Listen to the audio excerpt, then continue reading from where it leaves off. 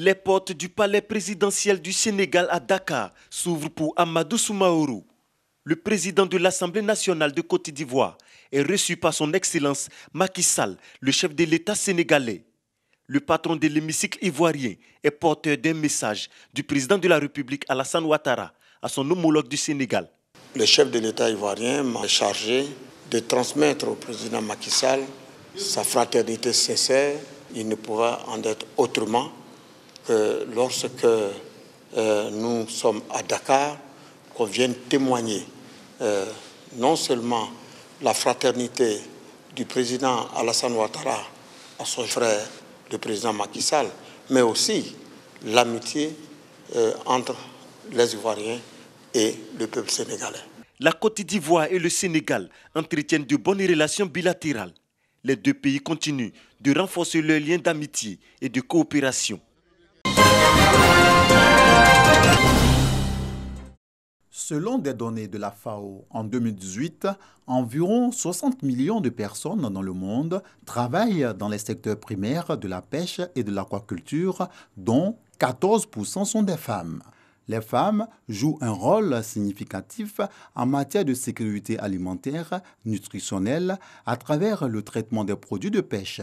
Pourtant, les méthodes qu'elles utilisent sont peu soucieuses de leur propre santé et celle des populations, ainsi que de la préservation de l'environnement. Cela, malgré l'existence de technologies améliorées introduites dans le pays. L'utilisation du four traditionnel nuit à la santé des femmes fumeuses, gravement affectées du fait de l'exposition prolongée aux fumées et à la chaleur.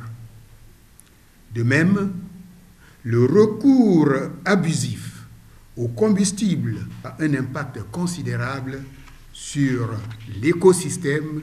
La Journée mondiale de l'océan s'avère donc une opportunité pour le gouvernement d'attirer l'attention des 80% des femmes qui exercent dans la transformation des produits de pêche en Côte d'Ivoire. Fumer 1 kg de poisson requiert 5 kg de bois, sans compter l'émission massive de dioxyde de carbone et les hydrocarbures aromatiques polycycliques cancérigènes pour les consommateurs qui se déposent directement sur les poissons fumés de façon traditionnelle. Ainsi, pour améliorer le cadre de travail et de vie de ces femmes, le gouvernement, avec l'appui des partenaires techniques et financiers, a initié des actions, notamment dans le cadre du programme de gestion du littoral de l'Afrique de l'Ouest, appelé WACA, où des activités génératrices de revenus sont prévues pour améliorer l'équipement des femmes mareyeuses en fours améliorés et restaurer et conserver les mangroves pour la durabilité des activités de pêche. Le rôle des océans comme source de vie est rappelé chaque année le 8 juin. L'édition 2019 de la Journée mondiale de l'océan est placée sous le thème « Le genre et l'océan ». Un accent est mis sur l'importance durable des océans, des mers et des ressources marines.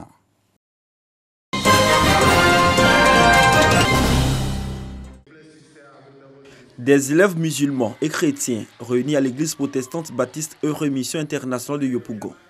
Ces élèves accompagnés de leurs encadreurs y sont pour des prières pour le bon déroulement des examens de fin d'année. Cette initiative est du ministère de l'Éducation nationale, de l'enseignement technique et de la formation professionnelle qui a institué cette caravane de prière dans tous les lieux de culte à la veille des examens à grand tirage. Susciter la clémence de Dieu pour les examens afin que la majorité puisse réussir.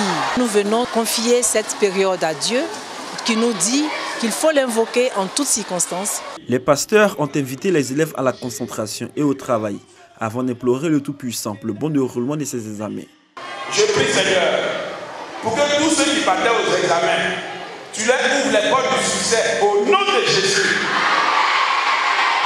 Après l'église protestante baptiste Œuvre et Mission Internationale, cap sur la mosquée de Ciel-Mer, toujours dans la commune de Yopougon. Ici, l'imam Adam Diakité et ses fidèles ont adressé des supplications à Allah au cours de la grande prière du vendredi pour un fort taux de réussite en fin d'année. Quand on arrive à connaître un taux cette année qui est plus élevé, un taux qui donne le courage à un père d'avoir mis son enfant à l'école, un taux qui permet à nos dirigeants de rire pour dire que ça marchait et que Dieu touche la cœur de tous les acteurs de l'école ivoirienne. Cette caravane de prière pour le bon déroulement des examens à grand tirage est devenue une tradition pour la ministre Kandia Kamsoko Kamara. Cette caravane va s'étendre à toutes les communes du district d'Abidjan et des villes de l'intérieur du pays, dans les églises catholiques, évangéliques et dans les mosquées.